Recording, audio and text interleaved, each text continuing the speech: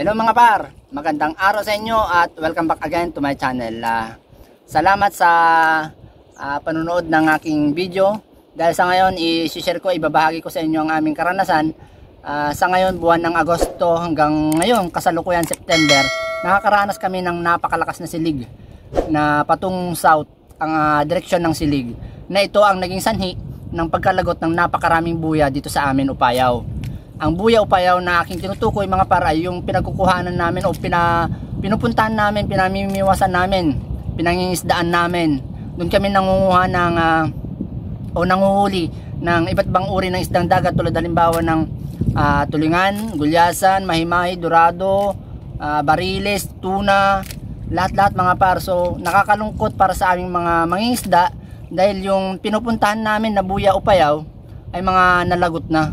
Nakakalungkot dahil doon kami umaasa, doon yung parating pinupuntahan namin, doon kami kumukuha ng hanap buhay namin, doon kami kumukuha ng isda na siyang ibinubuhay namin sa aming pamilya. Subalit ngayon lamang na nangyari ito mga par, no? Sa tagal kong nangingisda at nagpupunta sa buya, ngayon lamang nangyari ang diretso o walang tigil na tawag dito yung silig na papuntang south. Yun yung naging dahilan mga par, no, ng pagkalagot ng maraming buya. Sa tagal kong nangingisda mga par ay ngayon lamang nangyari dito sa amin ang ganitong paglagot ng napakaraming buya gawa nung south ang silig. Diretso, walang tigil. Hanggang ngayon napakalakas pa rin. September na pero napakalakas pa rin ng silig. At talaga naman na yung mga buya namin pinupuntahan ay nalagot na nga. Nakakapanghinayang din mga parno sa lahat ng mga namumuhunan gustong mag-invest sa pagbuntog ng buya para lang din masubukan at kumita. Subalit yung iba hindi pa na-harvest o hindi pa nababawi yung puhunan ay nalagot na mga par. Yun ang nakakalungkot isipin, no? Dahil hindi basta-basta yung puhunan mga par ng pagbubuntog ng buya. Daang libo mga par yung puhunan nito at mahigit pa yung iba. Depende sa lalim na magagamit na rolyo ng lubid. So sana mga par ay i-share nyo naman dyan sa inyong bayan, sa inyong lugar. Kung naranasan din ba ninyo na malagot yung mga buya ninyo ng ganito katagal. Sa amin kasi almost 2 months. Kasi buong buwan ng Agosto ay nagumpisa na ng hanging habagat at ganoon din ang silig papuntang south.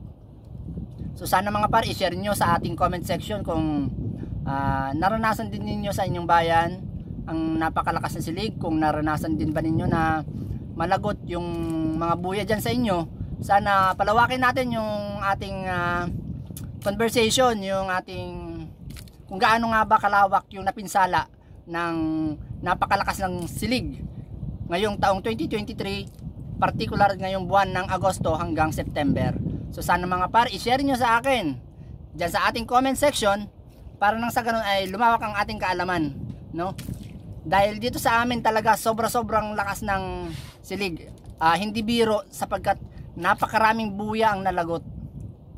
Yung 30 piraso na buya o mahigit pa dito sa tapat namin ay mga 5 piraso na lamang mga par yung natira. Nakakalungkot isipin, no, kung ilan o kung magkano yung halaga o puhunan ng bawat isang buya ay wala pa sa kalahati yung o 1/4 sa natira.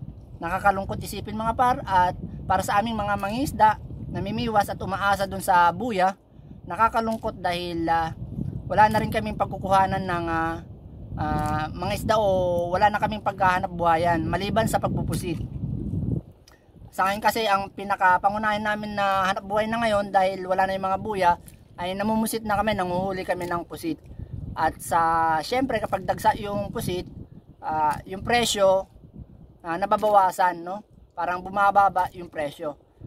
Pero sana naman ay magkaroon tayo ng o bigyan kami ng tulong sa ating gobyerno. Sana naman para makapagbuntot tayo ng pangingisdaan natin dito sa bayan ng Dilasag.